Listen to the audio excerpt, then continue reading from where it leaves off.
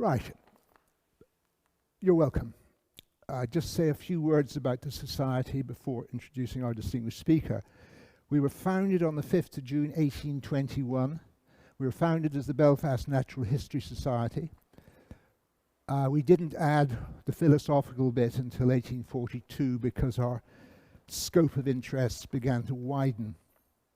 The centenary volume, published in 1924, is dedicated to the enthusiasm of the 8 youthful founders. I won't list them all, but just to say that they were all extraordinarily young, around about 20 years of age. The majority of them had been students at the institution across the road, which we all know today as Inst. James Drummond was born in 1783 in Larne and took up a post as professor of anatomy and physiology in the institution in 1818 and became the founding president in 1821. Its objects were for the cultivation of the science of its various forms, and more particularly for the investigation of the natural history of Ireland, and that was basically what it did. There's a nice bit in the 1833 Dublin Penny Journal. There is not perhaps any institution in Ireland more interesting in its origins or honourable to its members and patrons than the Belfast Natural History Society. It commenced among a few respectable gentlemen of that town, nearly all of whom were engaged in commercial business and who devoted their leisure hours to literary and scientific pursuits, which young men of their age too generally devote to folly and debauchery. And I'm afraid that's probably true then and probably true today. It was written of Drummond that his life was not marked by any startling incident, nor was the world enriched by any scientific discovery as a result of his individual exertions. But it may be safely asserted that by his assiduous and unremitting zeal, the intellectual life of Belfast was considerably advanced during the first half of the 19th century. And indeed it was, as well as his society. Drummond was instrumental in the establishment of the medical school at Inst in 1835 and became its first and founding president. And just to put the 19th century into context, in 1903, another president, Johnson Symington, the great anatomist, summed up the society's first 82 years. This society was not formed upon any narrow and merely utilitarian basis, utilitarian with a small u, and has not limited itself to any one department of scientific work. It has welcomed contributions from those interested in any of the physical or biological sciences, and while glad to receive contributions illustrating the practical application of scientific discoveries to the improvement of our arts and manufactures, it has shown an equal appreciation for observations and experiments tending to increase our knowledge of nature and its workings, irrespective of whether or not they were likely to increase our wealth or contribute to our material comfort. So, we have a proud past. We gave away our collections in the early years of the last century, and maybe we lack purpose today, but we are still going. We are looking at a Back to Life project in partnership with our tenants, Ulster Architectural Heritage, not to forget in the least our other tenants, Kids in Control. We are also celebrating it with our bicentenary lecture program, and to inaugurate it we are privileged to welcome this afternoon's distinguished speaker, Dame Jocelyn Burnell. Her achievements are such that they remind me of John Fitzgerald Kennedy's words at a dinner for Nobel Prize winners in the White House in 1962. I think this is the most extraordinary collection of talent of human knowledge that has ever been gathered here, with the possible exception of when Thomas Jefferson dined here alone. So, that's how fortunate we are. Dame Jocelyn has been awarded a glittering array of honours and prizes such as the Royal Astronomical Society Gold Medal for Astronomy, and most recently the Royal Society's 290-year-old Copley Medal. She has invariably used the prize money to support women in science generally. Dame Jocelyn's lecture today is entitled, "We Are All Made of Star Stuff." We anticipate it with great relish. Dame Jocelyn. Thank you. Thank you very much.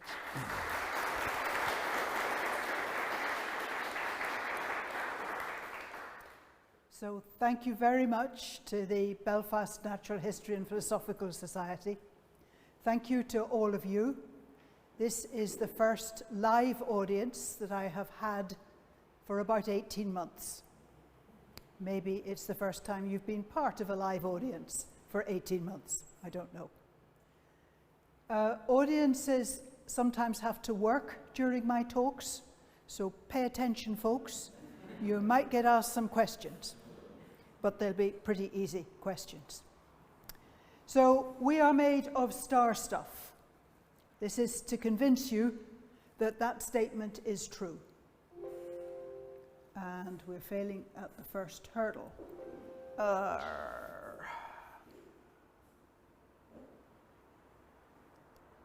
Okay, it's that button. Right. So I'm starting with a couple of slides, student exam paper answers. You happy with this one? Would you mark it highly?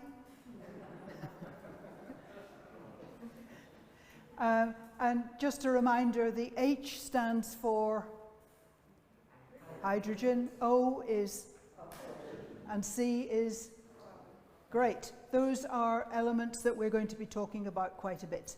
But just before I get there,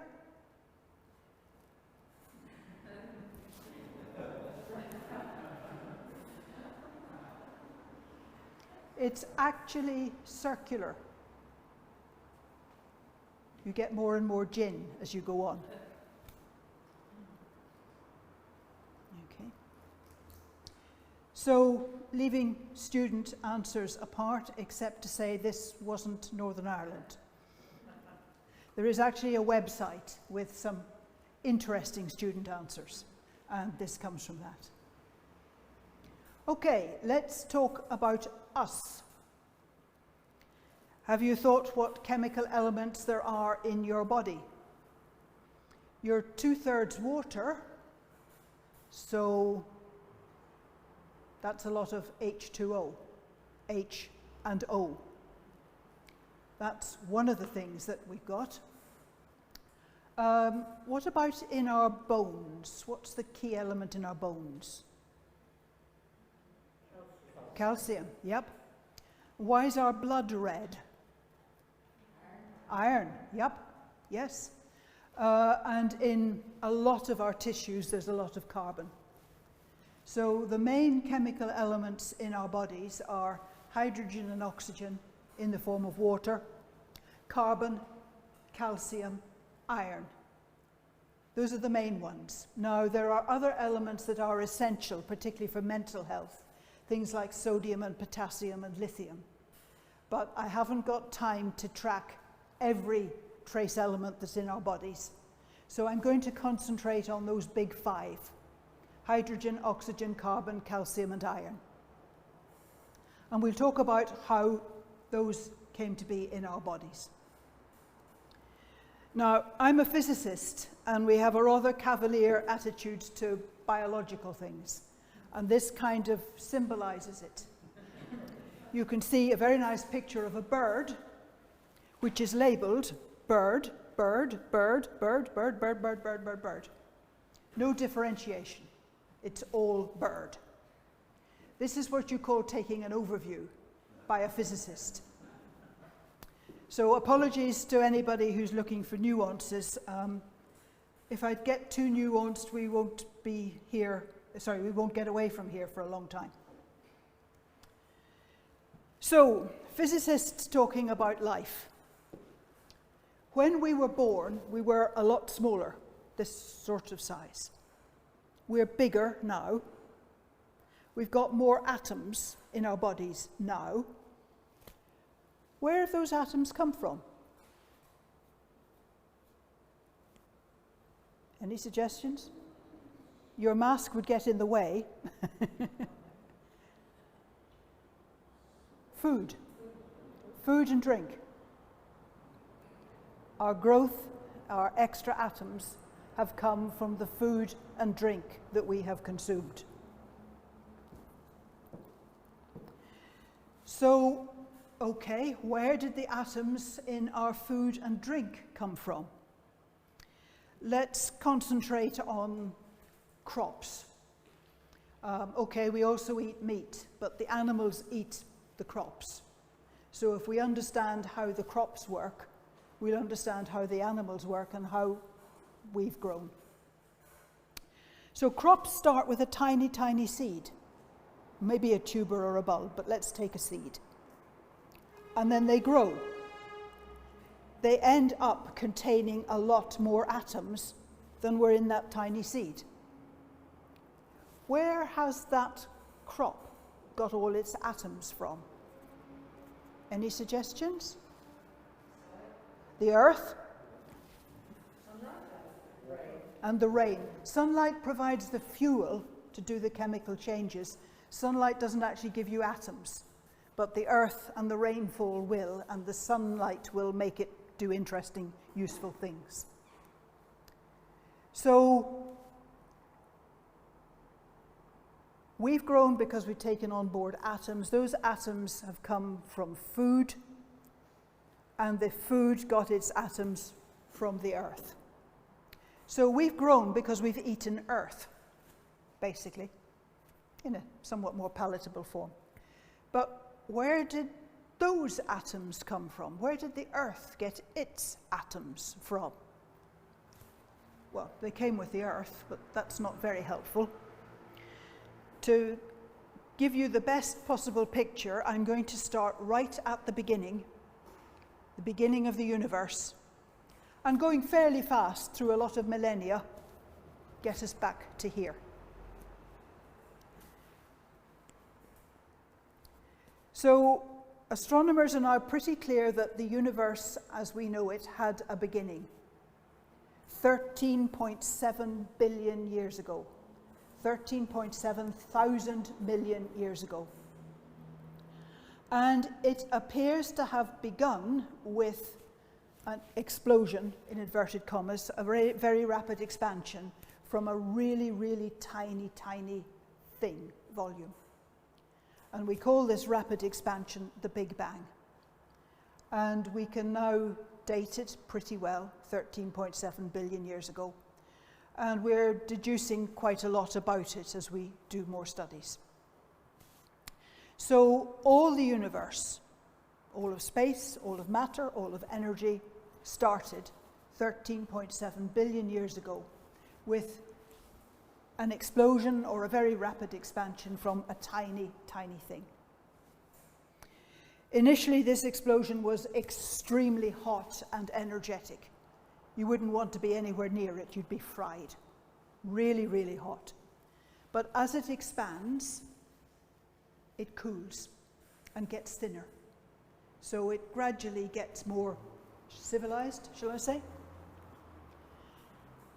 Initially, it's largely light radiation, but then Einstein's famous equation, E equals mc squared, kicks in, and it turned energy E into some solid stuff of mass m.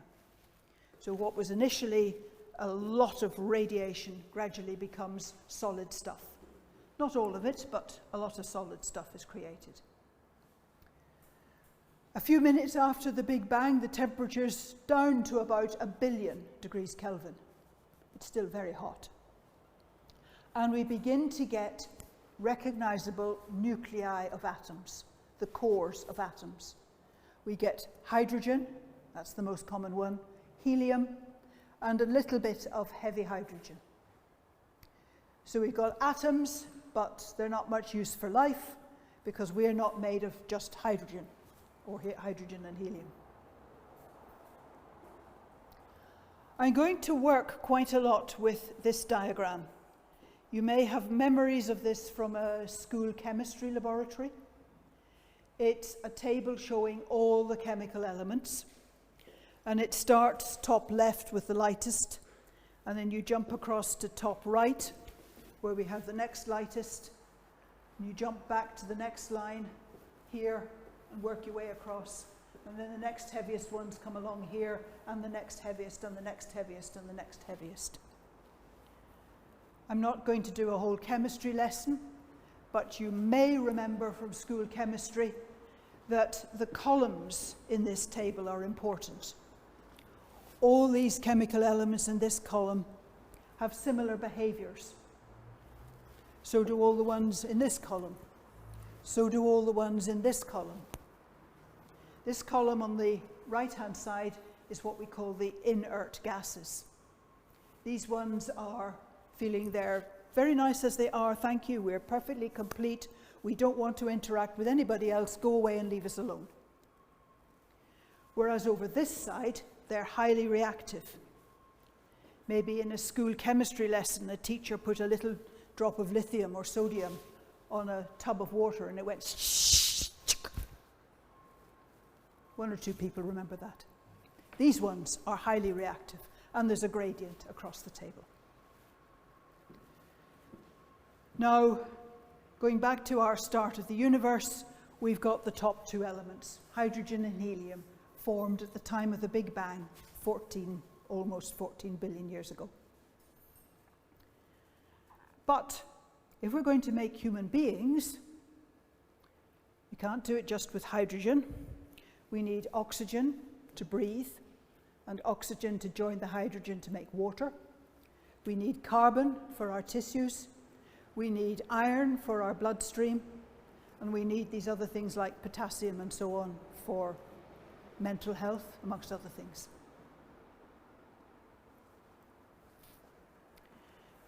There's a timeline across here. The Big Bang that began it all is somewhere off to your left. This is 1 second after the Big Bang, 3 minutes after the Big Bang, and today is somewhere way, way over there. And until about 1 second after the Big Bang, any solid particles that there are were rushing around like fury, crashing into each other, banging, car crashes, accidents, disruption. Nothing could really form. But the whole universe is expanding and cooling. So the particles are getting further apart and moving slower. And by about 3 minutes after the Big Bang, the particles are sufficiently far apart and moving so slowly that they never meet. So they never make interesting atoms. In between 1 second after the Big Bang and 3 minutes after the Big Bang, we first get hydrogen and then helium formed. So the earliest chemical elements came in the first 3 minutes of the universe. However, the universe is expanding and particles are getting further apart. So how are we going to make bigger atoms? Carbon, oxygen, the things we need. It's not going to happen in the space. However, the universe has had a way to do it, as you will guess, since we are here. And I'm now going to talk about how all the other chemical elements, besides hydrogen and helium, were created inside stars. Again, I'm having to give an overview. There isn't time for wonderful details, but a wonderful picture. The Horsehead Nebula in the constellation of Orion. This is one of the stars of Orion's belt, and if you had a pair of binoculars or a telescope and a nice clear night, you might well see this red splodge. That's incidentally hydrogen gas. And if you had a very good telescope, you might see this little profile sticking up, silhouetted against the red from the hydrogen. It's in the shape of the head of a horse, so it's known as the Horsehead Nebula. Of course, it's not really anything to do with horses. Anybody who's ever taught chemistry, all this red stuff that you often see in astronomical photographs, it's hydrogen. Hydrogen has a red spectral line. So now, whenever you see an astronomical photograph with a red splodge, you say, ha ha, hydrogen. And you'll be right 99% of the time. So there you are.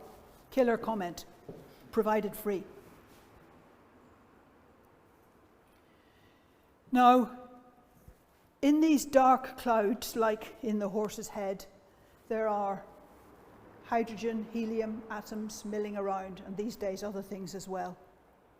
And as they mill around, by chance you might get a little knot, a concentration.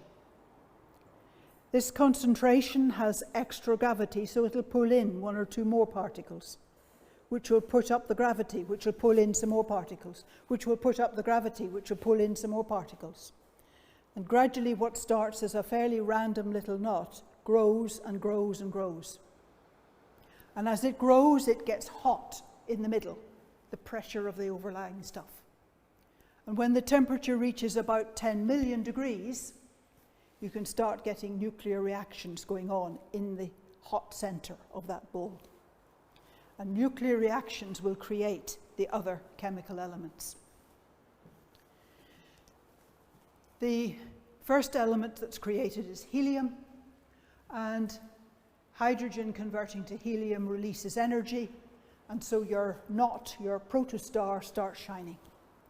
And the majority of stars that we see today are because hydrogen's converting to helium and energy comes out. So, typical young star, a lot of hydrogen on the outside, and in the middle, this nuclear reaction giving energy and making the star shine. Now, great, we've got two chemical elements, hydrogen and helium. No way are we making life with that. However, when the star begins to run out of,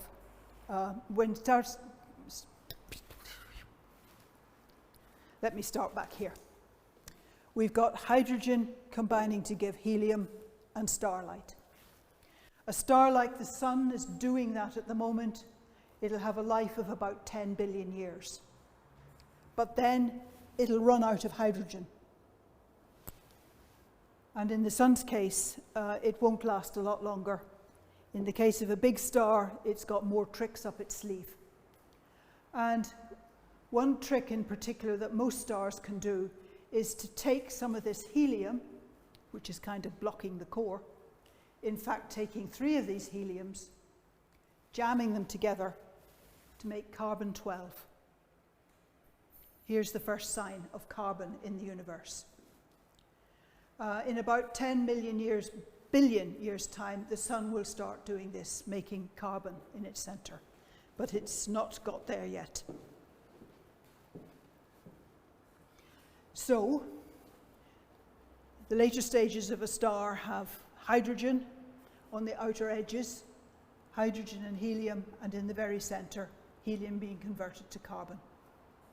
And of the chemical elements we need for life, we've got hydrogen and carbon. But the carbon's locked up inside the star, so it's not very available. And in the case of the Sun, it's got no more tricks up its sleeve, and when it's converted all its helium to carbon, it'll fizzle out. And life on Earth will fizzle out at the same time, unless we found another younger sun with planets that we could migrate to. More massive stars than the Sun, because the Sun's quite a tiny star, more massive stars can do this game over and over again with increasingly complex chemical elements. And they can keep shining for longer. So, for example, the star Betelgeuse in the constellation of Orion, that's the top left one, or the Pleiades, they'll have several more stages creating more chemical elements, larger chemical elements. The Pleiades as a group have already spent about 100 million years converting hydrogen to helium and then helium to carbon. And they've got a bit more life in them yet. So in terms of tally of the chemical elements, we've got hydrogen, helium over there, and we're getting to carbon. That's still not enough chemical elements to give us life. There's no oxygen, there's no iron, for example. So we're not yet in a position to create life. We haven't had the universe around long enough and doing a great enough variety of things. However, in a big star, much bigger than our sun, you can start with the carbon that we've just made in the core, and with other nuclear reactions, you can convert the carbon to neon. And then you can convert the neon to sodium over here. This is important for us, for life, and to magnesium. And for a big star, that'll keep the star shining for about 600 years. So it's really quite short compared with the timescales I've been talking about. Longer than the human life, but, you know, within living history. So we're getting some more chemical elements around, including some that we need for life, like carbon and magnesium, but there's still a lot more of that periodic table that we haven't filled. The neon over there on the right can convert to oxygen. That'll take about a year. It'll keep our young star shining for a year. It'll create some oxygen in the universe. However, that particular oxygen often gets used up because it gets used to make silicon, which again is ringed on that table. That'll keep the star shining for 6 months. That's not very long on anybody's timescale. What is going to happen to our precious sun when it gets to this stage?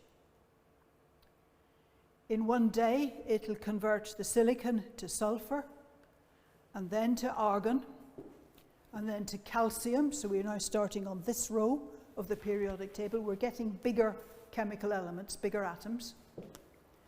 But the timescale is getting faster and faster, and in particular, it then goes on to form iron and nickel. Here's the first mention of iron in the universe. And at this stage, the star looks a bit like an onion. So right in its center, it's got some iron, and outside it layers of things like silicon, oxygen, neon, carbon, hydrogen, helium, and hydrogen. So rather more chemical elements, but they're inside a star. They're not really available, but at least they exist. But what happens next? Sorry, I've got another slide first. A lot of these chemical elements are part of us, so that's bits of us being made, except that they're locked inside a star. But then the star explodes. Catastrophic explosion, wipes itself out, distributes all these useful chemicals as far as it can, far and wide, and the star basically disappears.